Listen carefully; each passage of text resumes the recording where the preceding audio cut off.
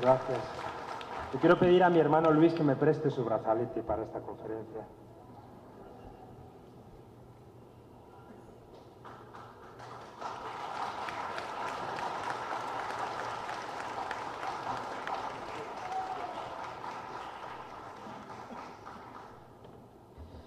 Yo sí creo que se puede hablar del legado de Chávez en 10 minutos, incluso con menos, y con 5 palabras. Se lo he escuchado esta mañana a un atleta paralímpico que ha dicho, ¿el legado de Chávez en 5 palabras? Claro, Chávez, Chávez, Chávez, Chávez y Chávez, carajo.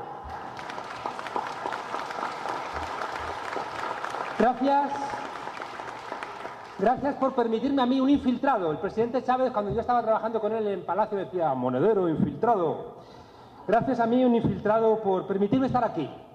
Toda esta semana llorando con ustedes y juntando las lágrimas del pueblo de España con las lágrimas del pueblo de Venezuela.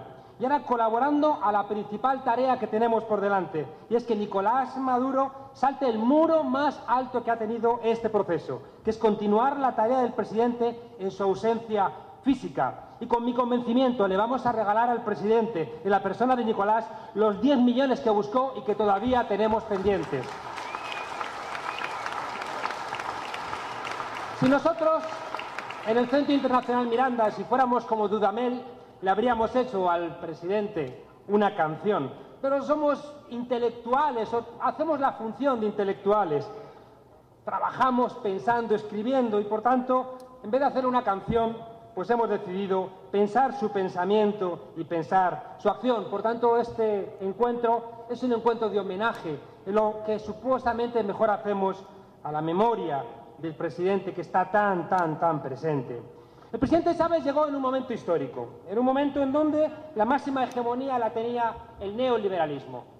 Fíjese que llegó en un momento en donde había un papa profundamente anticomunista. Cuidado, acaban de nombrar a otro papa que está nombrado igual que en los años 70. Juan Pablo II tuvo como misión la lucha anticomunista. Este nuevo papa tiene como misión frenar a los gobiernos de cambio de la izquierda de América Latina. Atentos. Decía que el presidente llega a un momento en donde está la máxima hegemonía del pensamiento neoliberal. Y no solamente eso, sino que además la izquierda está por los suelos. Se había hundido la Unión Soviética y los cascotes del muro de Berlín nos habían caído sobre las espaldas. Escribían desde la derecha el fin de la historia, ya no teníamos derecho a pensar ninguna alternativa. Y si acaso pretendíamos alzar la cabeza, salían con el libro negro del socialismo, el libro negro del comunismo, para que no pensáramos. En ese momento de confusión vino la socialdemocracia europea a firmar un documento terrible que era la tercera vía, que significaba que si después de la Segunda Guerra Mundial habíamos asumido el liberalismo político, es decir, las elecciones, ahora asumíamos el liberalismo económico y, por tanto, nos habíamos entregado en brazos de la derecha. Fíjense ustedes que el primer legado para mí del presidente Chávez es huir de la ortodoxia. El presidente Chávez llega a un momento en donde no hay modelos. No solamente no hay modelos, sino que tiene que negociar con lo que existe. Los enemigos del proceso no se han ido a Miami, están aquí. Y todavía sigue habiendo mucha cultura política cuarta republicana. Y hay que trabajar con eso que existe.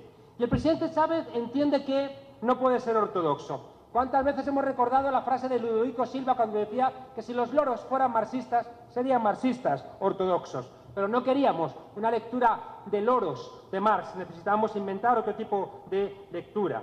Por tanto, fíjense ustedes, una ortodoxia que tenía que ser desterrada y que había que reinventar todas las lecturas de nuestros clásicos. Una de las cosas que más me sorprendió cuando llegué aquí es que la frase inventamos o erramos era el eje central de la política de este país. Y por tanto el segundo legado para mí central de Chávez era el experimentalismo. No había nada que no se pudiera experimentar. Y ahí aparecen entonces como una posibilidad real de hacer política las mujeres, los indígenas, las minorías sexuales, incluso algún que otro trotskista. Fíjense ustedes que en este legado de inventar o errar, en este legado del experimentalismo, el presidente tenía que luchar contra los burócratas, tenía que luchar contra aquellas personas que solamente querían aplicar el canon existente. La revolución bolivariana nace en un momento de confusión de la época, en un momento de cambio de paradigma, esa frase que siempre repitió el presidente Chávez, donde lo viejo no terminaba de marchar y lo nuevo no terminaba de llegar. En ese momento, fíjense ustedes, de confusión, la revolución bolivariana va a ser dirigida por una persona que, por fortuna, no venía de los vicios de la izquierda venezolana y me atrevo a decir de la izquierda mundial. Yo recuerdo el presidente Chávez llamándome a Madrid cuando estábamos con los indignados en la Puerta del Sol, profundamente interesado, y yo pensaba, demonios, el presidente Chávez se adelantó 20 años a lo que estamos haciendo ahora aquí en Madrid, es decir, huyendo de los vicios tradicionales de la izquierda. Una izquierda diferente, una izquierda, yo recuerdo cuando llegué a Venezuela que contaba, emocionado no por la reinvención que aquí había de la izquierda, yo contaba esa historia de ese camarada rojito que le dicen, camarada, si tú tuvieras 2 aviones, ¿qué haría? Dice, yo uno para mí y otro para el partido, y si tuvieras 2 fincas, una para mí y otra para el partido, y si tuvieras 2 Hummer, uno para mí y otro para el partido, y si tuvieras 2 gallinas, hombre, pero no dudas las Hummer, las fincas, los aviones, ¿por qué dudas de las 2 gallinas? Y no, es que las 2 gallinas sí las tengo. De repente esa izquierda, ¿no?, que creía que le bastaba el discurso, ¿no?, para ser izquierda, y repitiendo ese canon como loros, llegó el presidente Chávez y dijo, me da que las cosas tenemos que hacerlas de otra manera. Fíjese esa conjunción de factores de cambio de época y de un presidente que no venía de las tradicionales fuerzas de la izquierda, generó eso tan raro que asombra hoy incluso al propio gobierno bolivariano, que pensó ingenuamente que con 48 horas este pueblo iba a despedirse de su comandante. A diferencia de otras revoluciones, la revolución bolivariana no se hace sobre los hombros de un teórico. Es una gran diferencia. No ocurre como le pasó a la Revolución Rusa, donde Lenin entendió que tenía que asentarse sobre los hombros de un teórico como Marx. Aquí vemos que en las referencias que empieza a construir el presidente Chávez tenemos a un libertador, a Simón Bolívar, tenemos a un campesino a caballo, que es Ezequiel Zamora, y tenemos a un pedagogo como Luis Bonilla, a Simón Rodríguez. Fíjese que en estas referencias pesa más la práctica que la teoría. Desaparece esa exigencia libresca de interpretar a los clásicos. Lo ha planteado antes Vladimir, lo hemos visto desencajado, roto a Elías Cagua diciendo que el cardiológico nace cuando el presidente lee la necesidad de que los niños no se mueran. La operación vivienda nace de la necesidad de que una riada no se lleve las viviendas de los más humildes. Nace la misión Amor Mayor cuando ve a los viejitos que no tienen posibilidades. Por tanto, fíjense ustedes, ya digo, no es libresco, aun respetando mucho a los intelectuales, sino que es un pensamiento que está asentado sobre la práctica. A Chávez le interesaba el pensamiento que le ayudaba a la emancipación, y de ahí otro de los legados del presidente, que es la reconstrucción de Bolívar. Un Bolívar reconstruido como cemento social de un pueblo roto donde había un 70% de excluidos, y en la referencia con Bolívar de repente encuentran su espacio en este país. Decimos siempre que cada generación tiene que hacer su lectura con Marx. Cada generación tiene que tener su diálogo con Marx. Bueno, otro legado del presidente Chávez es que a partir de ahora, cada uno de ustedes, cada generación de ustedes, va a tener que hacer su propio diálogo con Bolívar, su propia lectura de Bolívar. La vida le puso al presidente desde muy pronto en acción. Con 37, 38 años, estaba en el 92, intentando solventar los problemas históricos de Venezuela. Y por tanto, fíjense ustedes, el pensamiento del presidente Chávez, eso que vamos a llamar chavismo, lo ha construido frente a sus enemigos. Es decir, el corazón de lo que entendemos como chavismo es algo construido luchando contra los enemigos de la emancipación de Venezuela, de América Latina, y luego con un gesto de radical generosidad del mundo. En primer lugar, fíjense ustedes, hay un primer choque del presidente Chávez contra la política podrida de Venezuela en el año 92. De ahí sale otro nuevo legado. Un legado del presidente Chávez es un nuevo constitucionalismo. Es decir, que a partir de la Constitución del 99 surge un nuevo constitucionalismo que estudiamos en Europa. Sale un nuevo constitucionalismo que luego lo van a seguir otros países y que ahora nosotros en España estamos exigiendo, mirando por vez primera al sur, sin ningún tipo de complejo, porque lo que ha hecho este sur es demasiado grande y lo imitamos con mucho, mucho amor y con mucho, mucho respeto.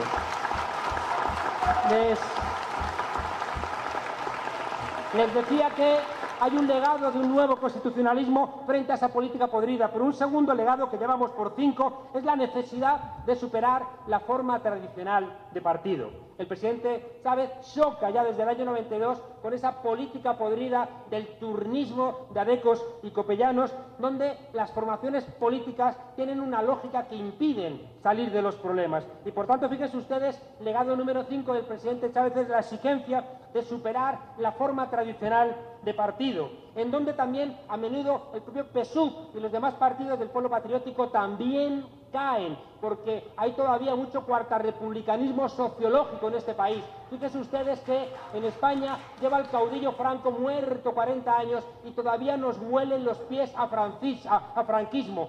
No olviden ustedes que la Cuarta República todavía está escondida en muchos lugares y en cuanto se descuidan, vienen y les vuelven a calcar en la cabeza esos principios adecos y copellanos. Por tanto, fíjense ustedes esa necesidad de superar la forma tradicional de partido se ve a día de hoy en la tensión cuando el pueblo exige primarias en los partidos. Se ve cuando hay una discusión entre si el partido tiene que ser la correa de transmisión de las órdenes de arriba o los partidos que apoyan el proceso revolucionario tienen que ser lugares de debate.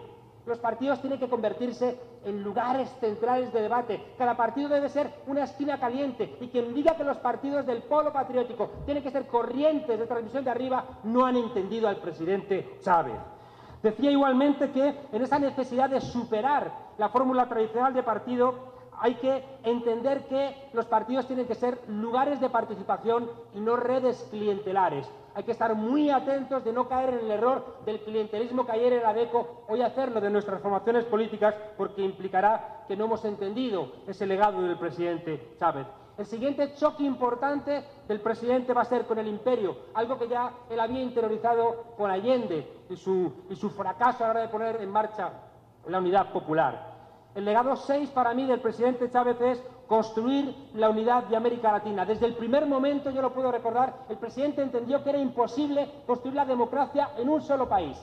Desde el minuto 1 entendió que era imposible que la democracia venezolana sobreviviera si no se extendía con la misma lógica en el resto de los países de América Latina. Y ahí empezó una política hermosa, que es lo que hace que hoy toda América Latina llore al presidente. Fíjense ustedes que lo que estamos reclamando en Europa, Alemania, es que ayude a los países del sur, es lo que le criticaban a Chávez con la expresión la regaladera. Bueno, pues esa regaladera es lo que ha hecho que hoy todos ustedes conozcan a todos los presidentes de este continente, que hoy ustedes piensen como un solo continente, y son ustedes también los que han conseguido, gracias a eso, ese abrazo que Alberto Granados, el viejito que había dado la vuelta con el Che Guevara a América Latina, cuando abraza al presidente Chávez y abraza a Evo Morales, les dice: gracias, presidentes, y sobre todo gracias, presidente Chávez, porque gracias a ustedes el Che Guevara, si estuviera aquí, se asombraría de lo que ha aumentado, de lo que ha crecido, de lo que ha avanzado la integración de este continente. Este legado 6 del presidente Chávez se traduce en el ALBA, en la CELAC, en la UNASUR, en Mercosur, pero viene acompañado de un legado número 7, que es una nueva geopolítica. El presidente Chávez entendió que estaba muy bien la unidad de América Latina, pero no bastaba, sino que los pueblos de todo el mundo participaban de la misma lógica, algo que en mi país estamos entendiendo ahora que estamos sufriendo al Fondo Monetario Internacional, a los planes de ajuste, que estamos entendiendo la lógica neoliberal. Ahora nos damos cuenta de lo que ustedes sufrieron hace 30 años y, por tanto, nace una conciencia internacionalista de la suerte de los pueblos, que está siempre unida, porque los que quieren fastidiar a los pueblos siempre están hermanados en su política de poder y de privilegio. Yo he podido estar con el presidente Chávez en muchos sitios y he visto, para mi asombro, gente en la calle de pueblo saliendo a saludar al presidente Chávez en Argentina, en Brasil, en Uruguay, en África. Y uno decía: pero demonios, ¿cómo se ha enterado este pueblo humilde que está aquí el presidente Chávez y por qué lo sienten uno de los suyos? Porque el presidente Chávez, como ustedes ya saben, ha sido el líder más importante para América Latina de estos 100 años y lo ha hecho sobre todo regalando amor. Ya en el gobierno, el presidente Chávez chocó con el Estado. El presidente chocó con el Estado, una de las discusiones, Javier, que tenemos en la izquierda constantemente: ¿qué hacemos con el Estado? Y el presidente Chávez nos dejó el legado número 7, las misiones. las misiones como políticas públicas participadas popularmente, que tenían necesariamente que devenir, que transformarse en el Estado comunal, que puede ser el legado 8 o el legado 7 avanzado. Es decir, entender en el choque del presidente Chávez de esa imposibilidad de pagar la deuda social con el aparato del Estado heredado, tuvo que reinventarlo con el apoyo de todos ustedes, que tuvieron que desterrar esa idea de vota y no te metas en política. No, vota y métete en política, porque si el pueblo no se implicaba en la política, el presidente Chávez no podía hacerlo solo. Fíjense ustedes que en la misma gestión del Estado, el presidente Chávez chocó con dos problemas muy propios de la cultura política venezolana: la ineficiencia y, como un producto de la ineficiencia, la corrupción. Y aquí lleva el legado número 8 o 9 del presidente Chávez: acabar con la cultura rentista y sustituirla por la ética del trabajo y la ética del esfuerzo. Y sobre todo con algo muy importante: dando ejemplo. Qué difícil es que en nuestros países, en los 5 continentes, desaparezca un presidente y la gente no sospeche de él. ¿Quién sospecha a día de hoy de que el presidente Chávez no haya sido honrado?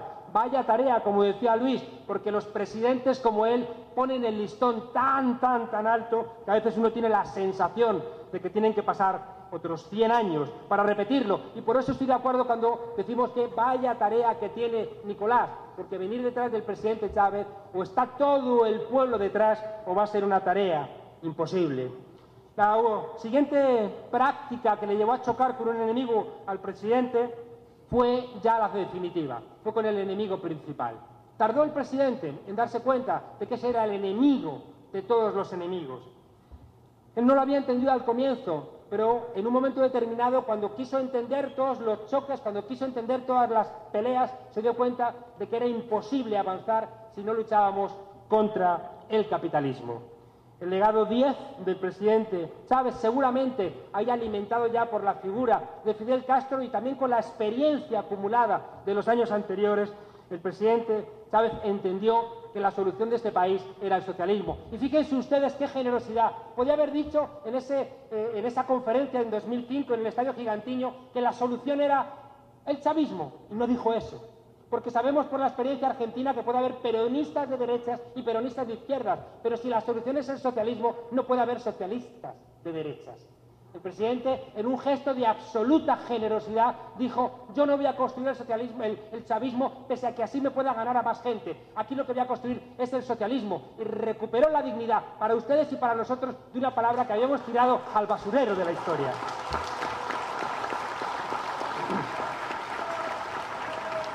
El último choque del presidente Chávez, que le ayudó a construir su pensamiento, fue terrible. Fue un choque que yo sé que históricamente le había dolido y que le dolió hasta el último momento, y era luchar contra la falta de conciencia. Luchar contra la falta de conciencia. En ese sentido, la gente que no tenía conciencia se comportaba de manera egoísta. Podía estar en su entorno, pero robando, armando la boliburguesía, utilizando su nombre para enriquecerse, utilizando el color rojo para robarle al pueblo lo que es del pueblo. El legado número 11 del presidente Chávez es un esfuerzo extremo en la formación. El presidente Chávez, consciente de que hacía falta elevar la conciencia no solamente del pueblo, sino también de las clases medias y de muchos cuadros del chavismo, entendió que tenía que hacer un esfuerzo radical en formación. Y ahí están los libros, ahí están los seminarios, ahí está el esfuerzo que hicimos con la experiencia del SIM en la Escuela Venezolana de Planificación, con Jaime Eltrud y con Nigmar Evans, que se llevó allí todo el esfuerzo que habíamos hecho durante muchos años en formación aquí, en el Centro Internacional Miranda. Y fíjense ustedes, de ese compromiso del presidente Chávez con la falta de conciencia y con la necesidad de generar conciencia, nació el Centro Internacional Miranda, donde nosotros hemos sido siempre impertinentes, desobedientes, a veces seguramente quizá también inoportunos, pero el presidente Chávez siempre nos dijo: os quiero así, os quiero críticos, os quiero con el coraje de decirme aquella cosa en que penséis que me equivoco. Y allá, ya digo, cuando había gente, como ha planteado Luis, que quería acabar con nosotros porque entendían en su ausencia de ideas que lo único que le podían entregar al presidente Chávez era nuestra cabeza. Siempre los que no tienen ideas quieren entregar la cabeza del SIM al presidente, ¿no? Habrá que ver ahora si también gente sin ideas va a Nicolás y dice, cortadle la cabeza a los del SIM. Le decimos a Maduro, Nicolás, el que te entregue o el que te ofrezca la cabeza del SIM, cuidado porque tiene la cabeza hueca, tiene la cabeza hueca.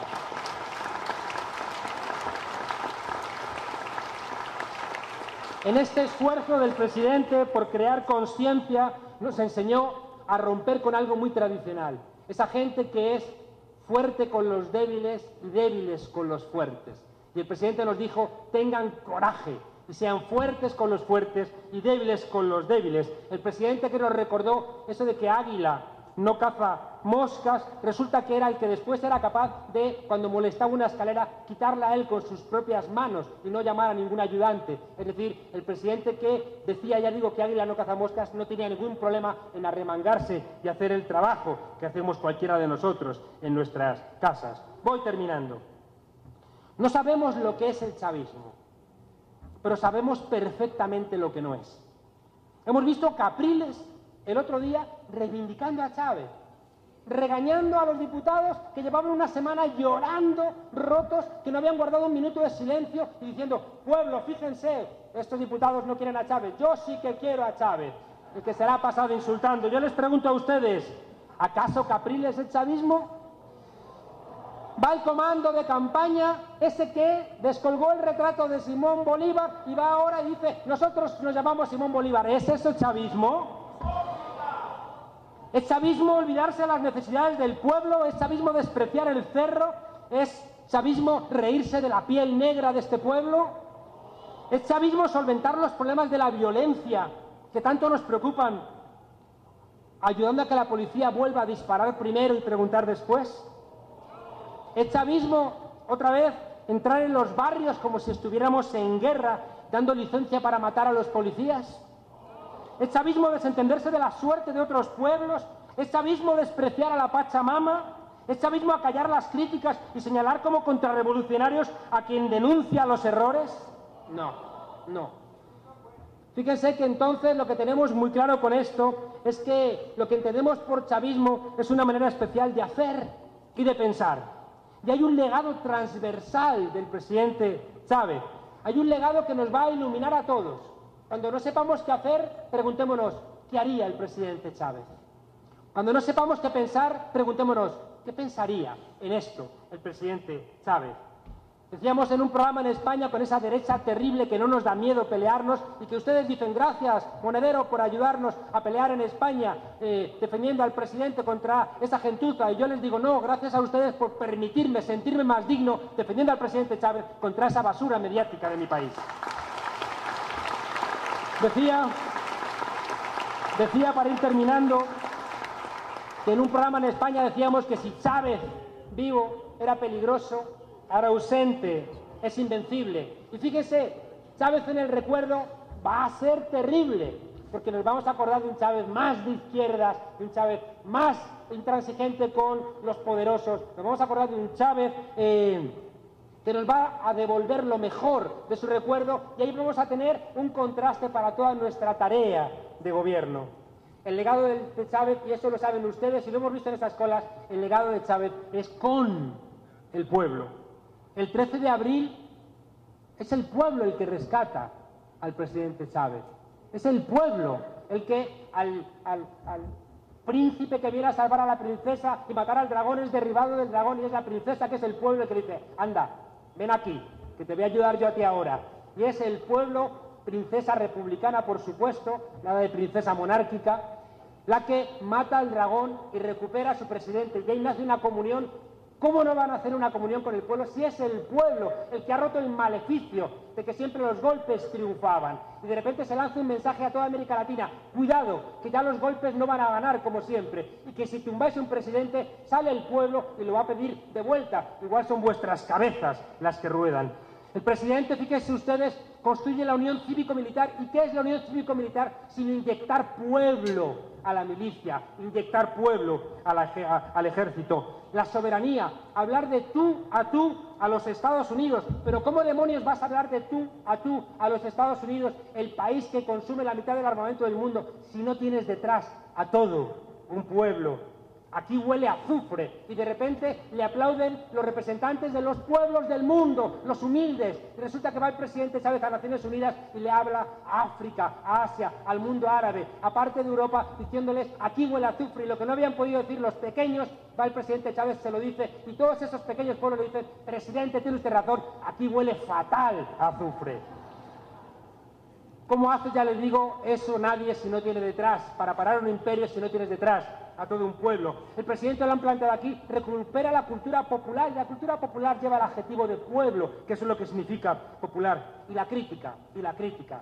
El presidente Chávez, cuando el encuentro aquel del Centro Internacional Miranda, le van a decir que los intelectuales estamos hablando tonterías. Y el presidente Chávez en un primer momento se queda como diciendo, a ver, ¿cómo es esto? Él cuando después tengo el regalo histórico de que me llamara para hablar del tema, me dice que en el primer momento él tuvo que reflexionar mucho sobre el tema. Otros tomaron la decisión rápidamente de que había que acabar con el Centro Internacional Miranda. ¿Y quién es el que le ayuda al presidente Chávez, como siempre, a tomar la decisión correcta? El pueblo. Y de repente empiezan a llegar cientos de correos en aporrea, cientos de cartas. Y el presidente el jueves siguiente lee una carta de, si mal no recuerdo, María Tirado, diciendo al presidente, ahora sí que no le entiendo. Y el presidente, con esa honradez y con esa grandeza que siempre ha tenido, lee la carta de esa mujer regañando al presidente por haber regañado a los intelectuales. Y a partir de ese momento el presidente Chávez dice, el pueblo siempre me orienta, y el pueblo ha dicho que la crítica es el corazón de este proceso, y la crítica se queda como corazón de este proceso. Termino de verdad. ¿Saben ustedes por qué el presidente Chávez ha trascendido? ¿Por qué el presidente Chávez se ha hecho tan grande? Porque ha amado. Uno que le explica a los alumnos a Maquiavelo sabe que en El Príncipe la propuesta que hay siempre es que el príncipe que es obedecido es el príncipe que infunde, sobre todo, miedo en su población. Plantea también Maquiavelo que puede infundir amor, pero él dice eso es prácticamente imposible. Resulta que aquí se cambian las tornas y el presidente Chávez empieza a dar amor y empieza a recibirlo. Hay una frase del bueno de Hegel que me gusta, que dice que amar es dejar de ser para ser más, que es el corazón de las religiones del libro. Cuando tú amas, no te mueres nunca. Por eso amar a tu prójimo como a ti mismo es la promesa de inmortalidad. El presidente Chávez se puso a amar hasta que lo dio todo. Y el que ama, señoras y señores, no se muere. Y por eso el presidente Chávez ha trascendido. Por eso el presidente Chávez es invencible. Por eso el presidente Chávez, al tiempo que nos ha hecho llorar, nos ha hecho reír, porque nos ha recordado que el amor nos convierte en invencibles. El que ama hace lo mejor siempre para la amada. El que ama de verdad cuida siempre a la persona amada. Tenemos un reto enorme, solventar todo lo que no funciona. Y encima ahora, con el presidente Chávez ausente. No vamos a dejarle la crítica a Capriles. No vamos a dejarle la crítica de las cosas que hacemos mal a la derecha. La crítica es nuestra.